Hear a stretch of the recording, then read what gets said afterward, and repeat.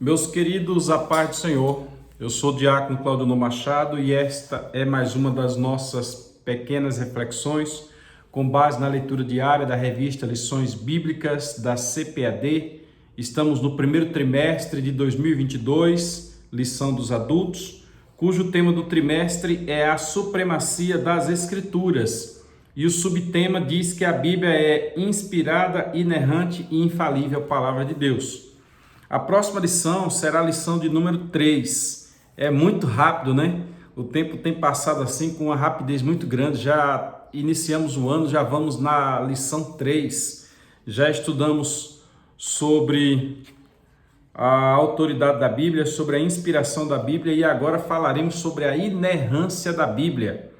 A lição 3 tem o título, como disse, a inerrância da Bíblia. E a leitura diária de hoje está no Evangelho de João, capítulo 10, versículo 35.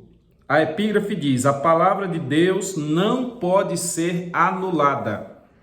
A palavra de Deus não pode ser anulada. E o texto de hoje, ele é um texto um tanto difícil de compreender, um texto meio controverso, mas nós vamos ler e vamos pedir graça ao Espírito Santo para que nós possamos comentar, fazer esse breve comentário sobre ele. Observe o que é que diz na Bíblia Almeida, na versão Almeida Revista e Corrigida. Eu estou usando a Bíblia de Estudo Pentecostal. Versículo de número 35 do capítulo 10 do Evangelho de João. Pois, se a lei chamou deuses aqueles a quem a palavra de Deus foi dirigida, a palavra de Deus foi dirigida para eles e eles foram chamados de deuses, e a Escritura não pode ser anulada. Olha que coisa interessante. Não é por esse motivo que a Escritura será anulada, não. A Escritura não contém erro, né?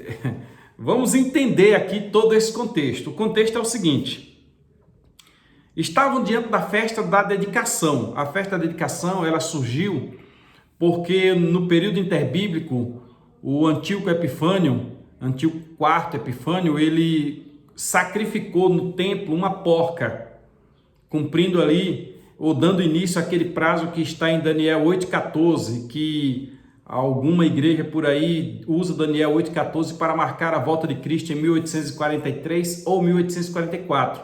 Mas nós não entendemos dessa forma. Nós vemos que Daniel 8,14 marca o período em que o templo ficou profanado.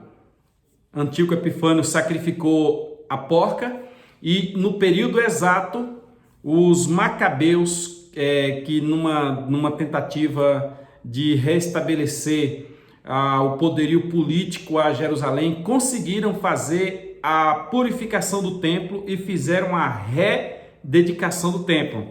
Por isso que nos dias de Jesus tinha a festa da dedicação. E Jesus participou da festa da dedicação.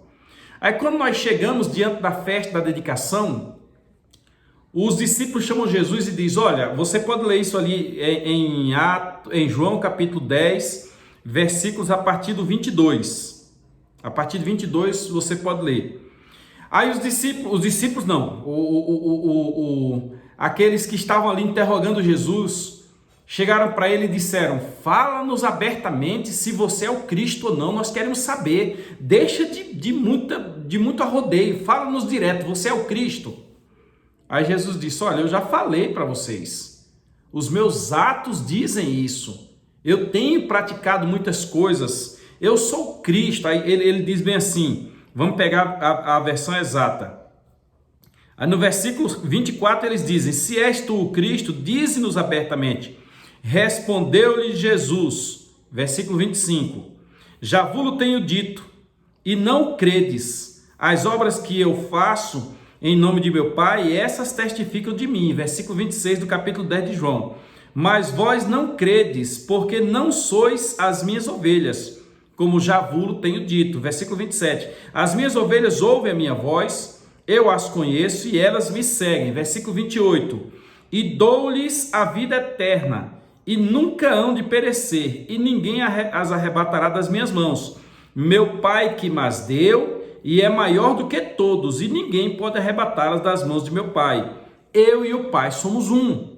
Aí quando ele disse eu e o Pai somos um, já que não respondeu abertamente se era o Messias, versículo 31, eles pegaram em pedras novamente para o apedrejar. Aí quando eles pegaram as pedras para apedrejar Jesus, Jesus disse para eles: por que vocês estão querendo me apedrejar? É por causa das boas obras que eu fiz em nome de meu Pai? É por isso? Aí eles disseram: nós não queremos te apedrejar por causa dessas boas obras. Nós queremos te apedrejar porque você está se colocando como um Deus. Você está dizendo que é Deus. Aí Jesus parou, olhou para eles e disse: a Escritura lá atrás também diz que os seus destinatários eram deuses. E ninguém nunca reclamou. Essa expressão ninguém nunca reclamou, sou eu quem estou dizendo. Jesus diz, a Escritura também diz que eles eram deuses. Aí eu estou dizendo, e ninguém reclamou. E por que que eu estou parafraseando, irmãos. Leiam lá que vocês vão encontrar. João 10, de 22 a 35. E por que que eu, depois de ter feito todos esses milagres, digo para vocês que sou filho de Deus e vocês querem me apedrejar? Aí eu achei interessante, fui buscar o texto, e o texto no Antigo Testamento, lá na lei, nas Escrituras, está no Salmo 82. No Salmo 82 você vai ler o verso de número 6, que diz assim: eu declarei, o salmista está dizendo, eu declarei, inspirado por Deus, vós sois deuses, todos vós sois filhos do Altíssimo. Olha que coisa interessante.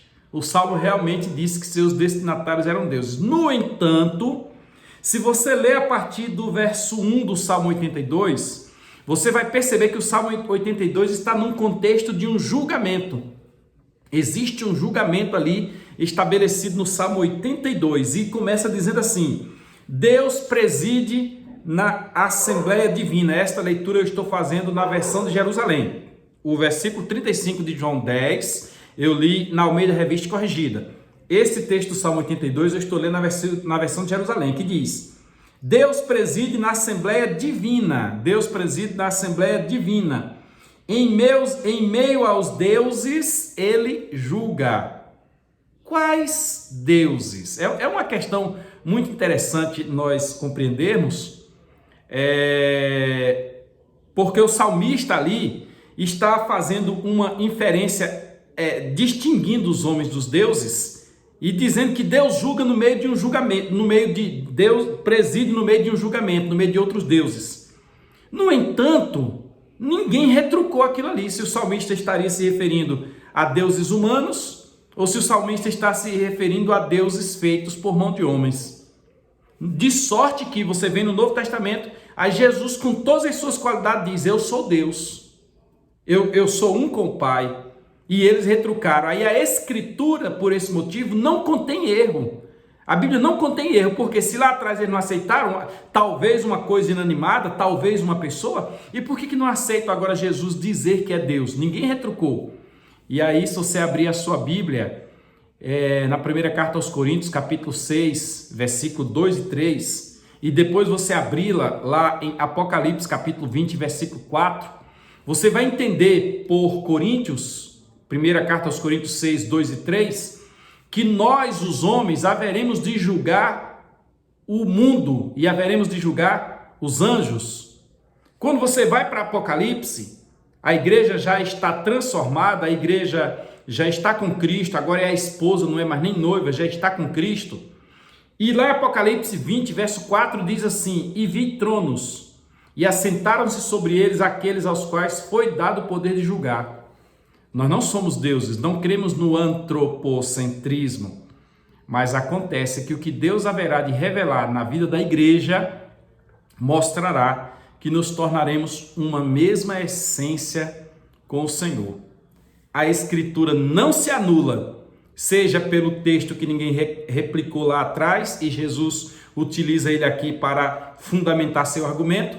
A Escritura não se anula porque nós somos imagem e semelhança de Deus. Nós temos dentro de nós essa partícula divina e soprou-lhes o fôlego divino e soprou-lhes o fôlego e o homem foi feito alma vivente.